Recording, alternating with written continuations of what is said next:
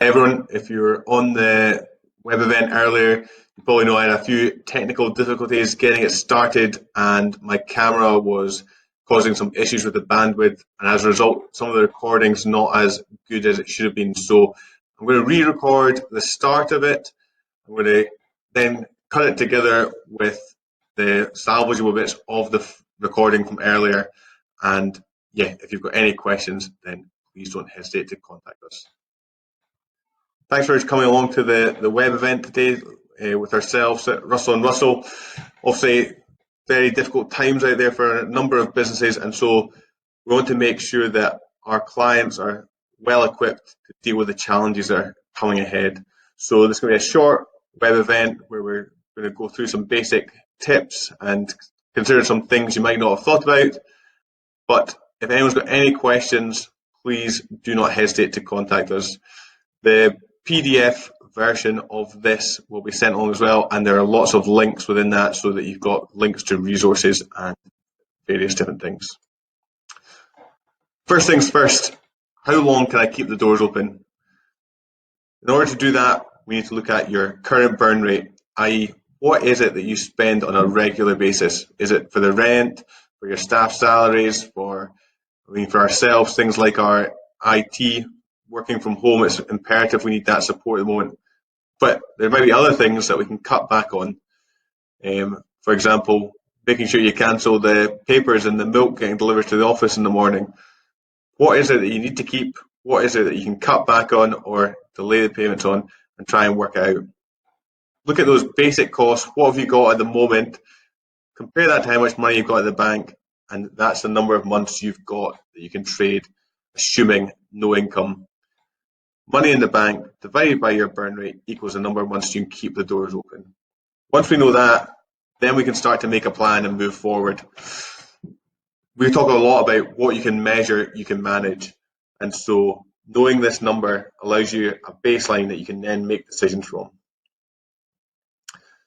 I just want to touch briefly on the fact that this isn't the same as the crash in 2008, which was due to people not having cash. This was more due to the government imposing a lack of movement. They've put social distancing in place. They've said people not to go to pubs, to restaurants, and so that means that people aren't spending, not because they don't want to, but because they're not able to. So is there a way that you can generate revenue from other income streams, or can you build a pipeline for when the restrictions are lifted? Because once those restrictions are lifted, people are going to want to spend again. And I think that's the key here. It might not just be cutting costs just so you can survive day to day. It might actually be cutting costs even further so that you can build a war chest, so that when the restrictions lift, you're then in a great position to take advantage of the new movement and the bounce back from the economy that's going to be there. The other thing we're talking to clients about is the importance of paying people.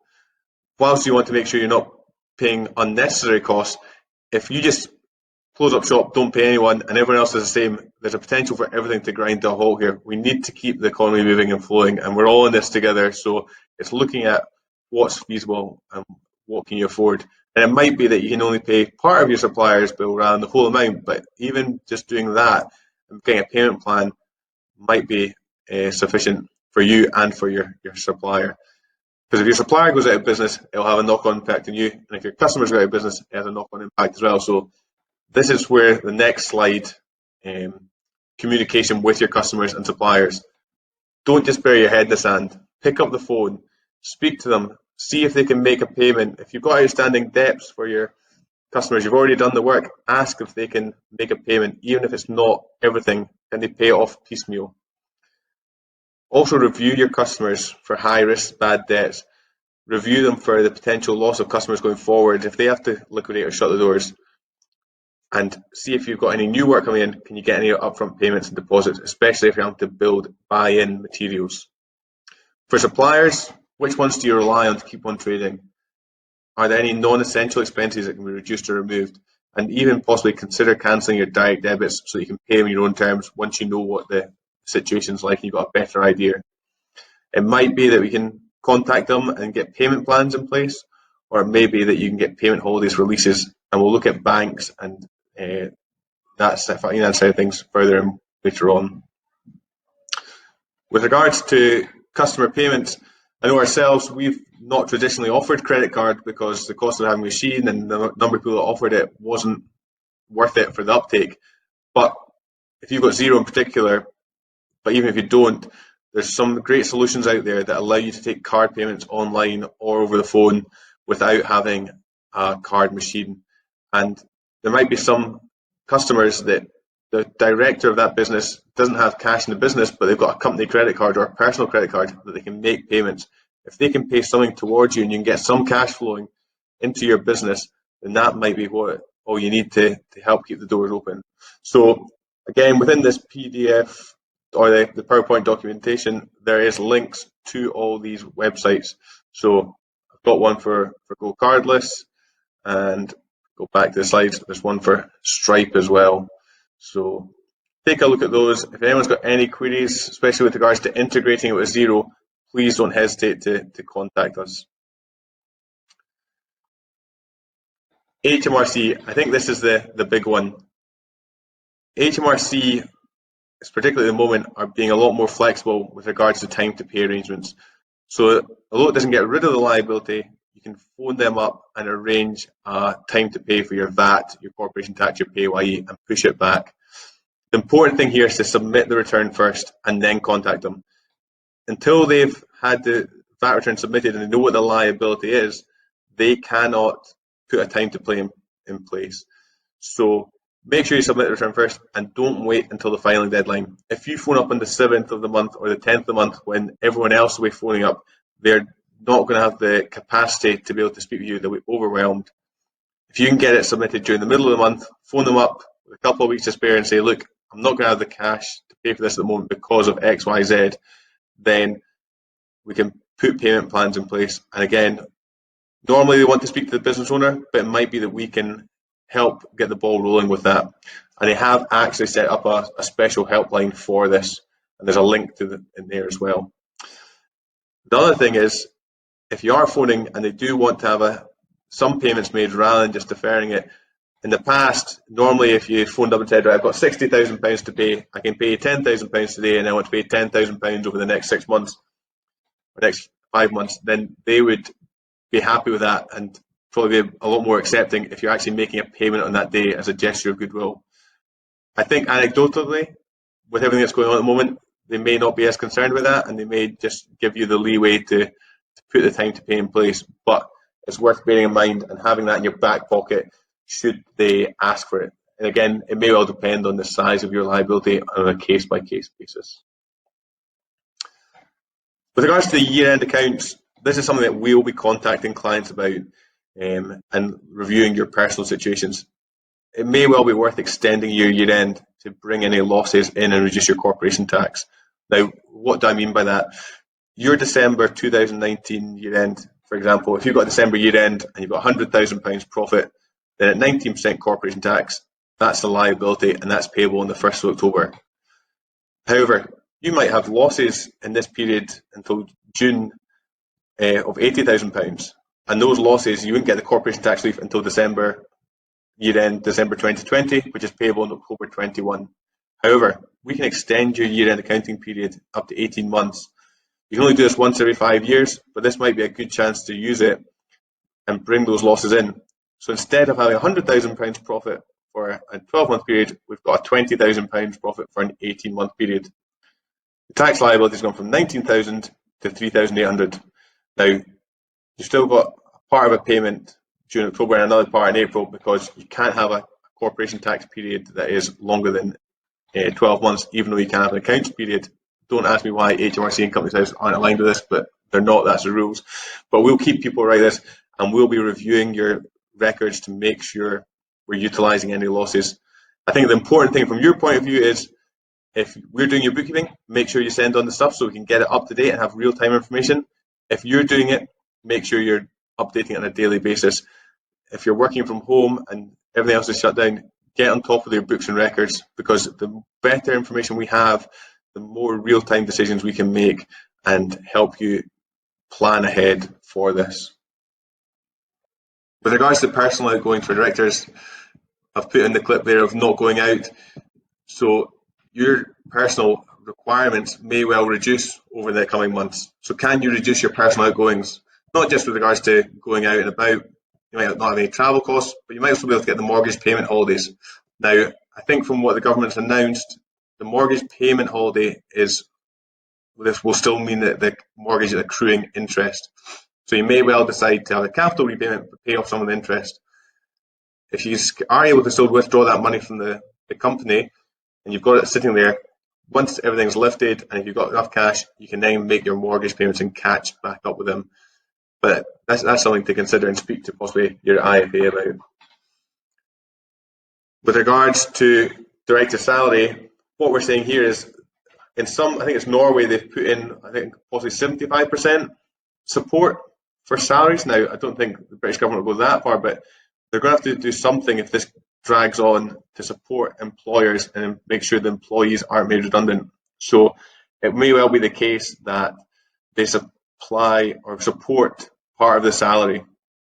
Now, normally, if you're a director, you're probably taking 700 quid a month, or we're doing an annual payroll for yourself of 8 grand a year.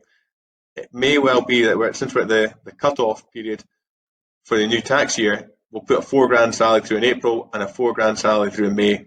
And at that stage, by the time the government support has kicked in, they might be able to support paying that salary and continue it going forward, rather than holding off and putting an annual salary through again next March. Maybe the case as well if you have had losses in the period that you've not got reserves to pay dividends, and so salary is the way to go, and so you will need support from the government or a PAYE or NIC holiday. So again, we're kind of speculating here, and it's something we'll keep on top of, and if we see anything we'll let you know, but it's something that to keep in the back pocket if such a situation arises. Worst comes to worst, if you were to pay the 4 grand in April and 4 grand in May, you're no worse off from a tax perspective. It's just a timing difference. You won't pay any PAYE and NI on that salary in April and May, and we'll just do 10 nil returns thereafter. And finally, 5th of April, the end of the tax year, that's not budging for coronavirus as far as we've heard. So we'll still be doing personal tax planning for all our directors and all our clients, and we'll be reviewing what it is, because we want to make sure you're taking the money out at the most tax efficient rate and utilising any reliefs and allowances this year. Obviously, July payments and accounts are coming up for your personal tax returns, and so if we can help push that back through the time to pay or reduce it depending on your tax planning, we'll be maximising that as well. With regards to your team, communication with them is key as well. I think that's the one thing that kind of over and over again throughout this is communication with suppliers, customers, and your team is a huge part of that. It might be that you need to seek legal advice where appropriate, depending on the type of conversation you're having, especially if you're having to consider redundancies or unpaid leave. But have a look, speak with them, and be upfront with them. And as with the directors, you might be able to ask them if they can reduce their payments. Can they take a mortgage holiday? Can they reduce because they're not travelling into work, they're not to buy that train fare every day? If so, if you can reduce their salary payments and reduce your burn rate, it might make a difference of keeping the business open for another 2-3 months. And finally, use of home as office payments. It might be that because they're working from home, you can help them and make some PAYE and national insurance exempt payments to them to reimburse them for using their home as office if they're working from home. That's something we'll look into in more detail and come back to you on. There's actually another slide on the team, and the big thing we're getting asked at the moment is with regards to statutory sick pay. Can I just put everyone in statutory sick pay once they're working from home? And the answer is no. I think the government guidelines is to only cover you for 2 weeks. Now, I don't know what happens if someone's in your house is self-isolating, so you have to isolate the whole household for 14 days, but someone gets it on day 10, and so you have to stay another 7 days after that. You could potentially have 3 weeks off. There's not come out with any guidance yet as to what happens with that, but I know that there is some reliefs for the statutory sick pay, and it's important to make sure that your team lets you know, because if there is a way to get some money back from the revenue, then you want to maximise it. You don't want them to just go, oh, I'm working from home anyway, even though my child's ill, it doesn't make any impact. Actually, it will make an impact on you and your cash flow. Again, communicating with them, speaking to them about potential pay cuts, reducing their hours. how are things going to move forward? It might be that these things have to come in, and being open and honest with them up front is going to help in the long run. And holidays. One of the things that we do at Russell & Russell is we've got flexi time, and so there's holidays, the stat holidays in particular, being flexible. People can take them if they want or hold them back for later in the year and save them up. But we've actually said we're going to have to revert back to stat holidays for this period just because of exceptional circumstances. If everyone in the office didn't take any holidays for the next 3 months, and then when we come back, everyone goes off for a holiday, then that is going to scupper not only our operations, but also potentially our cash flow.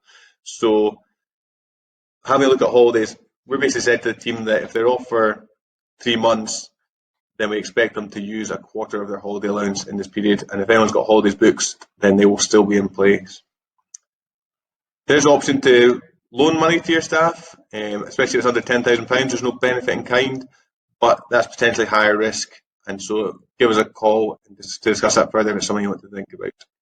And then last 2 points, we've already talked about time to pay and possibly government support. And so, again, think about those options and we'll keep you abreast of any updates with regards to the government support.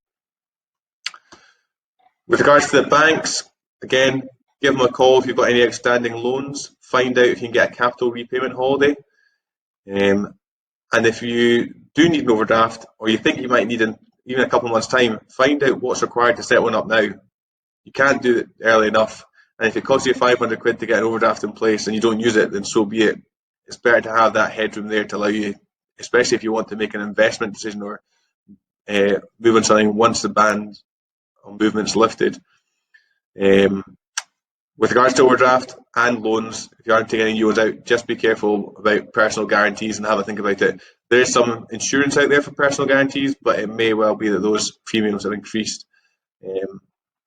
And then Capitalise is quite a good website. If I click on that link, they are kind of like the money supermarket for businesses. And so you can go in, put in all your details, and it will come out with the best options. And it's got all the high street banks and everything on there too. Also got another page that's quite useful there. Their COVID support page, I think, is really useful. It's got some live sessions they've got coming up. It's got information about the grants, and that'll be updated regularly, so definitely worth checking out. Anything else? Have you considered your insurance policy? Are there any assets that can be liquidated? Are there any other forms of borrowing, or can you use credit cards in the short term? And what about invoice financing? So first of all, checking your insurance policy. I know that the government said that, yeah, what they've put in place means that all bars and restaurants will be covered on their insurance policy, but every client I'm speaking to who's called up their insurance agent has been told, no, there is no way this policy is going to get paid out. Whether the government steps in or not, we'll wait and see. Now, this is where the original recording cut off, but we're going to move over to one of our clients who's actually an insurance broker, and they'll give a bit more detail on that as well. A postage stamp that will have pandemic or epidemic extensions to their business interruption. The unfortunate event that we're all really facing is that the insurance extension, which would ordinarily allow for infectious disease, is limited to the number of, or is limited to the WHO's list. So leprosy, smallpox, leptospirosis, etc. COVID-19 was not an inclusion when we all took out our insurances, and certainly with the horse having already bolted, there is no insurer that is retrospectively going to add that cover in, because, well, they would just essentially be opening their checkbook.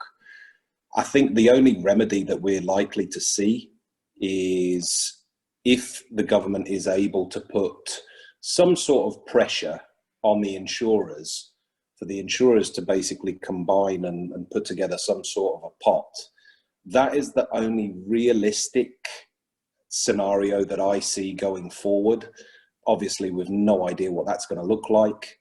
And in the current climate, one of the unfortunate situations, well, unfortunate for us, the end consumer, one of the current situations that we're all facing is that the insurers haven't really got a huge amount of money. You know, their profit margins are drastically reduced. So I don't know really what that's going to look like as far as them throwing forward big pots and, you know, what might happen there. I think the reliance has got to really be on the government doing something together with the insurers. But that's kind of my view on it at the current moment, guys. Thanks very much, Kevin. That's really helpful. That's good. Thank you. Yeah, might not be worth checking your insurance policy at the moment, but yeah, as I said, it's an ever-changing situation. We'll keep everyone updated as well. Have you got any other assets that can be liquidated, or is there any other forms of borrowing that you can explore? And as you were saying earlier, with offering Stripe and go cardless to your customers, can you make payments on your credit card and push that liability down the line? Invoice financing is something else that in the past we've kind of said people normally to kind of avoid, but these are obviously extenuating circumstances, and it might well be that it's worth looking at. Now, obviously, when you go to the bank, they tend to take it on the whole order book, but if I click on this link here, if I click on the link here, then this is just into the zero market. There's things like Growth Street and Market Invoice. And Market Invoice, or Market Finance, things are now called. They basically, you can choose which invoices you want to finance, and they, I think, link to your zero and look at your trading history and different things, and so you can do it on a case-by-case basis rather than losing out a percentage on a customer that is a good payer and you've already spoken to and is agreeing to pay you. You can do it invoice by invoice rather than putting it on the whole debtor book. So there's a few things there that are maybe worth investigating. Now, that's obviously quite, seems like doom and gloom, but as with any of these things, there's positives or opportunities to come from this. If you're working from home, then it could be a good chance to invest in the future of the company and putting the systems in place. All those jobs that you go, I'll get to that, and then normal everyday life gets in the way. We're not in normal everyday life at the moment, so it might be that you can start to think about those systems and start to think about those products that you're wanting to sort of put in place when this all lifts. There might be new sales streams or products or new opportunities. I was speaking to a restaurant, for example, that's looking to do Uber Eats and Deliveroo and things like that. That may well be a revenue stream for them further down the line that they previously hadn't had and they hadn't really explored. And then looking at mergers and acquisitions, there might be other businesses in your sector that haven't got as good a cash position as you do. So is there an opportunity there to build a bigger business and help them retain their jobs and look after their staff and everything that goes along with that? So yeah, it's maybe that you need to have a strong, or if you've got a strong cash position as well, it might be you can buy stock at a reduced price. So when you do come to sell it further down the line, you can improve your margin. I know that Alistair had a client that was buys and sells second-hand cars, and obviously for their sales perspective, the cash prices is going to drop on those cars, but they may well buy new stock in for when people come back and start buying again. Yeah. So. And then we've got the ever-changing situation, and we're saying Westminster versus Holyrood. I'm not going to go through this in too much detail. We've covered a lot of things already, but I think the main thing is, yeah, they've kind of talked about statutory sick pay, business rates, holiday relief, and things like that. How these are going to work in reality, we don't know yet. They're saying it should come directly from the local government. They'll be swamped, so when they actually get around to doing that and how they push that through, we're not sure yet. It might be that you have to go online and fill in a form, but they also announced this other day, and I think they've not released the details of it yet, but we will be keeping everyone up to date as much as possible. And we've actually got a couple of members of the team who are basically checking it every couple of hours at the moment, going into the government website and seeing if there's been any changes, just so that we can let people know once there have been updates. I think the main thing there is that there's huge fanfare about was the new loan, which is effectively just a reiteration of the EFG loan, isn't it, Alistair? Yeah, I'll take this. So there's two things. There's the £10,000 grant that I'm sure and there's been a bit of confusion. Is it 3,000 or 10,000? It is, as far as we can see, 10,000 now in Scotland as well as in England. And as in England, it is going to be administered by your local authority. There's a helpline number available, which if it's not in any of the links, we will send it through to you. But I tried it and it says 40-minute wait. And then it says, and anyway, everything's on the website. And we don't really know what's happening. I think, and they do say contact your local authority. My advice would be, I think there's not much point trying to get any information just now. I think next week they'll know quite a bit more. But the bottom line is that for the £10,000, you've got to be in the small business rate relief scheme. I don't know that you need to have the full amount of relief. You just need to be in it, and the criteria for that in Scotland are single property of rateable value of £18,000 or less, or if you've got multiple business premises, no more than 35,000. So that means if you've got one property that's got a rateable value of 30, I'm afraid you're out of it, which is us. On the loan funding, this is, as Stuart says, it's what used to be called, or it's going to be based on Enterprise Finance Guarantee Scheme. So unfortunately, you're still going to have to go through all the normal processes you would to borrow money from any lender. And all it really means is that if the lender would lend you money, except for the fact you've not got enough security, the government will cover the lender for up to 80%. You're still on the hook for the whole thing. But it just is, my view about it is it's not going to do the job.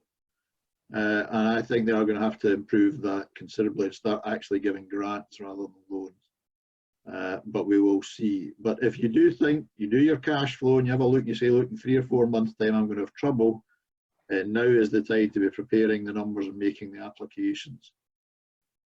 As with everything else, something like Funding Circle is probably going to be a better bet, and particularly if they will take that instead of personal guarantees that they usually go for, then we don't know. But so we will keep you advised. Yeah, I see Scott's asking a question. Yes, it isn't. Basically, the formal documentation is not coming out till next Monday, if indeed it does. But it is just through 40 different lenders, and basically you have to make an application to a lender, probably your own bank makes it the easiest bet. It just means that they've got security.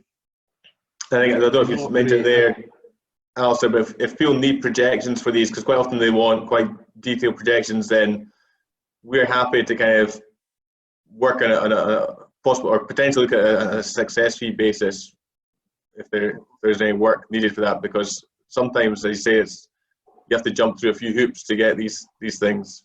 Sure. Just to be clear, there's a couple of benefits to it just now that they will give, I think, 6 months interest free, and normally for the old Enterprise Finance Guarantee Scheme, the government charged a 2% premium on that. There won't be any charge from the government. So it will make it easier for the lenders to lend, but you've still got to go. It's not going to be quick enough for most. Yeah. I think, Kevin, just on your question, is the small business grant restricted to retail, leisure and tourism? No, I think the small business grant of £10,000 can be for all businesses. Correct. And the rate relief, but it goes up to £25,000 for those in those industries, because so they've got a bit more, but only if they've got a rateable value between 15 and 51. So. And yeah, I think Duncan hopefully covered already that Scotland had originally announced 3,000. They've now matched it, and the next slide has got a link to the Scottish one as well. But effectively, they've pretty much matched it exactly. Specific to Scotland, and they've said if you're a pub or restaurant, then you can start doing takeaways without it being having to apply for planning and things like that. And there's. But yeah, the same thing. And I've put this link in here, which is quite useful as well, which is up-to-date advice And as I said, we'll be keeping on top of all these and reviewing it regularly. So Kevin's asking if his rateable value is less than 18,000 and they're not paying rates. So yeah, I think you should be eligible then. Right? Yep. I had a word with your business partner yesterday and confirmed that to him. So once you've kind of got all these things and you know what your different options are, there's obviously lots of moving parts there. So there's potential scenario planning now. You can do that yourself. You can have a look at Excel, or we can help you with that.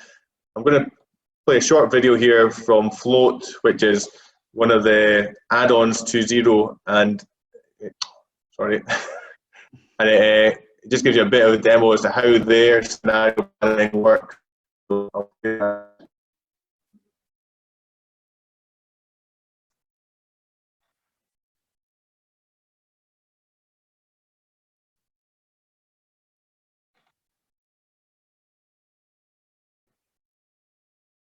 Don't think it's playing, Stuart. We're not playing.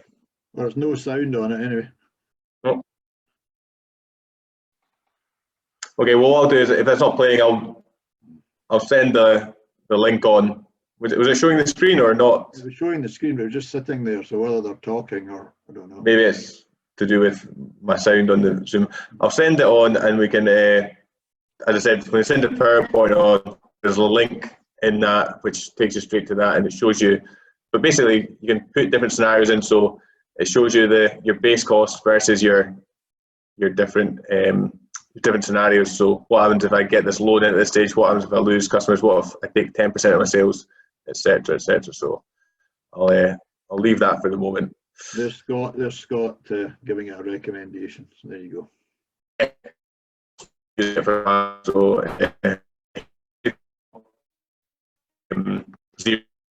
it's really useful. You just broke up a bit again there, Stuart. I was saying, sorry, because it links with Xero. If you've got Xero, then it's useful, but I think you can still do it from scratch as well, and there's different options for that.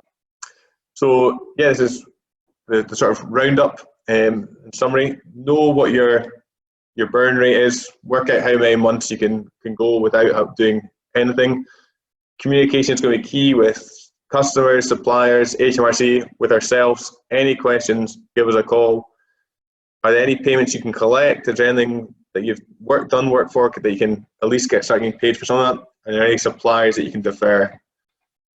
Again, communicate with the team, speak to them, see what their requirements are, and consider alternative finance options and sort of traditional finance options. And obviously the government support and updates we will be keeping on top of. I think finally, yeah, we're here to help. It can sometimes feel that you're sort of firefighting at the moment, and yeah, it's one thing after another, but we're here to help. Pick up the phone to us, even if it's just for a chat or it's just to go through things. We're here to help and support everyone.